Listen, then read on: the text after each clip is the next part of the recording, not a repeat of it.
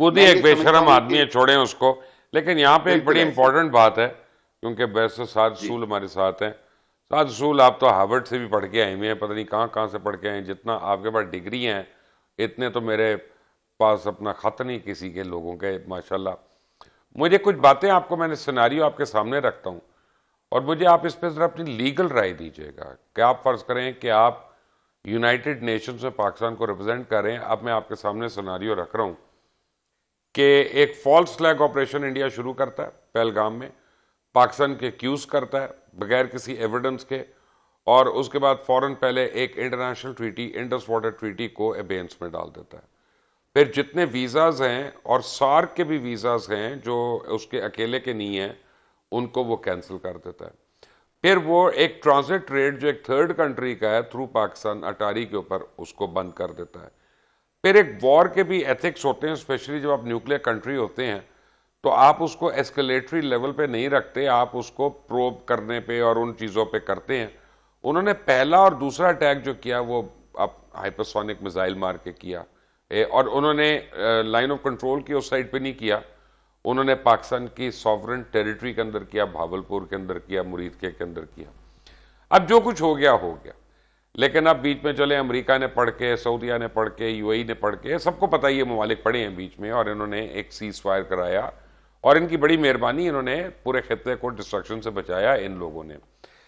लेकिन अगर अब उस सीज फायर की वायलेशन इंडिया जो है कोई ना कोई इल्ज़ाम तराशी करके, झूठी इल्ज़ाम तराशी करके करता है, तो कॉमिटी ऑफ नेशंस में इंडिया से तो कोई एग्रीमेंट करते हुए घबराएगा कि यार ये तो ट्रस्टवर्दी नहीं है, ये तो अपने किसी भी इंटरनेशनल रिलेशन को या कॉन्ट्रैक्ट को ऑनर नहीं कर रहा, जहां पे सॉवरेन गारंटीज भी होती हैं।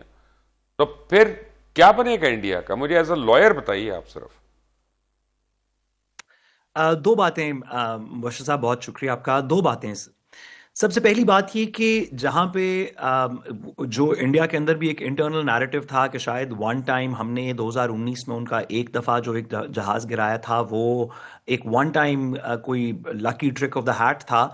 उस बात को सिर्फ बुनियाद मरसूस के अंदर सिर्फ हमने इंडिया को शिकस्त नहीं दी, बल्कि उस बात को री किया 5-6 साल के पीरियड के अंदर दो दफा, कि जब जब भी हमारी मिलिट्री कशीदगी इंडिया के साथ होगी, वो हमसे इकोनॉमिकली बेहतर हो सकते हैं, दीगर कुछ चीज़ों के अंदर हम अपने आप को इम्प्रूव करेंगे, लेकिन जब भी मिलिट्री कशीदगी होगी तो हम रिपीटेडली उनको इसके अंदर उनकी नाक ज़मीन पर रगड़वाएंगे, और ये इंक्रीजिंगली हर हर कॉन्फ्रंटेशन के साथ ज़्यादा होगा। 2019 के बनस्बत 2025 में ज़्यादा हुआ। अगर वो फिर से ट्राई करना चाहते हैं तो हमें अपनी अफवाज पे, हमारी अपनी टैक्टिकल सुपीरियॉरिटी पे, स्ट्रेटेजिक सुपीरियॉरिटी के ऊपर यकीन है कि हम उनको हर दफ़ा यही करेंगे। लेकिन मैं एक गुजारिश मजीद इससे आगे करूं कि इंडिया की सबसे बड़ी लॉस बुनियानुम मरसूस में मिलिट्री लॉस नहीं थी। ये तो हमें पता था, हमें पाकिस्तानियों को यकीन था कि हम मिलिटरीली तो जीतेंगे, और अब दुनिया ने भी देखा, लेकिन ये उनका सबसे बड़ा लॉस नहीं था। इंडिया ने एक हवा क्रिएट किया हुआ था जिसके अंदर वो नैरेटिव को, डिप्लोमेसी को कंट्रोल करता था। पाकिस्तान एक बात करता था कि हमने यहां से कुलभूषण यादव पकड़ा तो इंटरनेशनल कोर्ट ऑफ जस्टिस और दीगर जगहों के ऊपर इंडिया का बयानिया जो है उसको कुछ तकवीत मिलती थी, नहीं भी मिलती थी। हमने जो इंटरनेशनल कोर्ट ऑफ जस्टिस से सक्सेस भी हासिल किया, तो जो इंडियन नैरेटिव मशीनरी थी, जिसकी डिप्लोमेटिक टाइज थी अमेरिका के अंदर, वॉशिंगटन के अंदर, दीगर जगहों के ऊपर, इवन मिडल ईस्ट के अंदर, वो पाकिस्तान के इर्द गिर्द एक ऐसा नैरेटिव स्पिन करती थी कि हमें टेररिस्ट स्टेट भी बताया गया, हमें एफएटीएफ की ग्रे लिस्ट में भी डाला गया, हमसे दीगर भी इस तरह की चीज़ें हमारे ऊपर मंसूब की गई। बुनियानुम मरसूस के अंदर जो बहुत सारी चीज़ें हुई उसमें एक तो इंडियन नैरेटिव हमेशा के लिए ख़त्म हो गया, कम से कम अब फोर्सिएबली ख़त्म हो गया। लोगों ने देखा कि इंडिया ना सिर्फ कि अपने आप को गलत बोल्स्टर करता है, बल्कि जब क्रंच सिचुएशन हो तो इस तरह के बेहुदा दावे करने शुरू कर देता है, जैसे उन्होंने किए इस दफ़ा कि पता नहीं कराची को ये कर दिया है तो लाहौर हमने लाहौर फतह का कर लिया है, पोर्ट तो तबाह कर नाम दिया। ने ये, तो ये जो जो लॉस ऑफ क्रेडिबिलिटी थी, उनके बड़े सीरियस लोगों ने इस तरह की बातें की जिनका हकीकत से कोई ताल्लुक नहीं था, तो लोगों ने, इंटरनेशनल दुनिया ने इंडिया को एक डिफरेंट नजर से देखना शुरू किया कि ये तो झूठ बोलते हैं, ये तो वॉर मॉन्गर्स हैं, ये तो पेपर टाइगर्स हैं, दीगर इस तरह की चीजें। फिर जो इंडिया का दूसरा इसके अंदर इसी नैरेटिव की बेसिस के ऊपर जो उनका मान था वो इस बात पे था कि अगर कभी भी हमारी जंग हुई तो वो हमें इंटरनेशनली आइसोलेट कर देगा, कि अमेरिका भी इंडिया के साथ होगा तो रूस भी इंडिया के साथ होगा तो मिडल ईस्ट भी इंडिया के साथ होगा, और ट्रेड उनकी इतनी ज्यादा है और लोग उनसे कनेक्टिविटी रखेंगे। तो हमने देखा कि पाकिस्तान की जो रीसेंट हिस्ट्री के अंदर डिप्लोमेटिक सक्सेसेस इतने किसी पीरियड के अंदर नहीं मिले जितने बुनियानो मरसू से लेके अब तक पिछले 4-5 महीने के अंदर हुए हैं, ख्वाह वो अमेरिका से ताल्लुकात हों। हम उसके ऊपर मुख्तलिफ चीज़ों पे तनकीद कर सकते हैं, जो लोग पाकिस्तान के अंदर करते रहते हैं कि इसमें ट्रांसपेरेंसी ज़्यादा होनी चाहिए या कोई और बात, लेकिन इस बात को डिनाई नहीं कर सकते कि पाकिस्तान के अमेरिका से इस वक्त one of the strongest relationships recent history के हैं। और इसी के पीरियड के अंदर हमने सऊदी अरब के साथ डिफेंस मुआहदा साइन किया। इसी पीरियड के अंदर हम दीगर दुनिया के ममालिक के साथ हमारा अभी मिलिट्री डिप्लोमेसी के अंदर हम अभी इजिप्ट के अंदर मुलाकात हो रही है। तो वो आइडिया कि इंडिया किसी तरीके हमें अपनी इकोनॉमिक और नैरेटिव पावर से आइसोलेट कर देगा, अकेला कर देगा, हमने देखा कि वो इंडियंस बल्कि अकेले नजर आए, वो अमेरिकन उनके रिलेशनशिप्स हों, दीगर रिलेशनशिप्स हों, और पाकिस्तान को इसमें बहुत तकवीत मिली।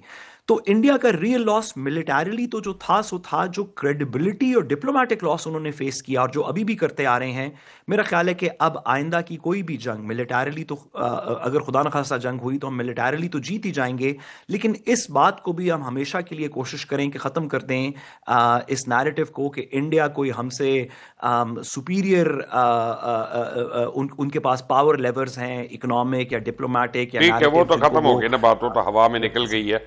नैयर वेरी क्विकली, अगर वो रन ऑफ कच पे आते हैं, कराची पे आते हैं, तो क्या हमारी नेवी उनको उसी तरह का जवाब दे सकेगी जिस तरह का एयरफोर्स ने दिया? जी बिल्कुल, क्योंकि उनके जो नेवल चीफ है वो मुसलसल ऐसे बयानात दे रहे हैं और वो तो बहुत पागल हो गया मुझे वो तो लगता है। लंबी लंबी इतनी छोड़ते हैं कि आपको वो पता ही इंडियन है। नेवल चीफ पागल तो हो गया, वो उसको छोड़े। फेक न्यूज़ और वो सारी चीज़ें अपनी जगह पर हैं, लेकिन बहसियत मजमूई इस वक्त जो है वो पूरी तरह से नेवी एयरफोर्स फ्रंट फुट पे तैयार है। पाकिस्तान आर्मी तो ऑलरेडी तैयार है, और जो उनको अभी जो बात कर रहे थे ना, मैं उसमें थोड़ा सा एडिशन ये करना चाहूँगी कि सिर्फ मोदी ने या इंडिया ने अपना फेस लूज इसमें अपना फेस लूज किया है पूरी दुनिया के अंदर।